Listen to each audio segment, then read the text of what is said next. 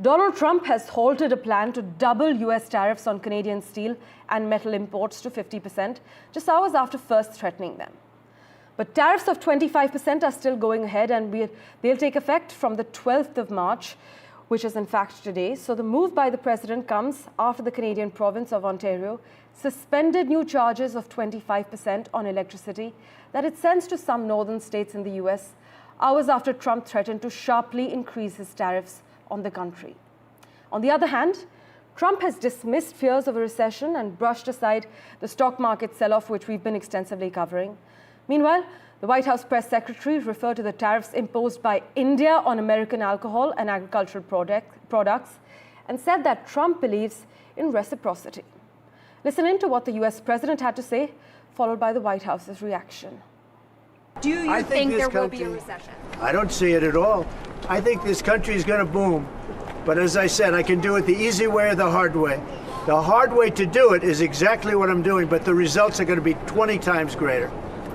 Mr. President, you asked... And remember, Trump is always right. And what do you say to Americans? If you look at what I've said over the last 10 years, Trump has been right. The right thing to do is what we're doing. We're going to get our jobs back, and we're not going to be left at. Now, I will say this, that already Canada, and I respect very much, as you know, there's a very strong man in Canada who said he was going to charge a surcharge or a tariff on electricity coming into our country. He has called and he said he's not going to do that. Okay, he's not going to do that. And it would have been a very bad thing if he did, and he's not going to do that, so I respect that. But we were just informed that he's not going to do that.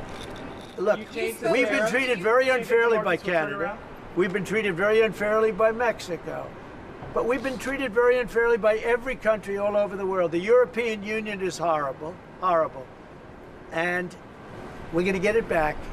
And I have a choice. I could just coast, and eventually there'd be a blow-up down the road, maybe a long way. But we owe $36 trillion, and we're going to get it back. 150% tariff on American alcohol. You think that's helping Kentucky bourbon be exported into India? I don't think so. 100% tariff on agricultural products from India. My colleague Maha Siddique has been tracking the latest. She joins us live from Vancouver at the moment. Maha, this volley marks the latest back and forth in a brewing trade war that presents an early economic test for Trump, as many are saying. But take us through the latest reactions in Canada.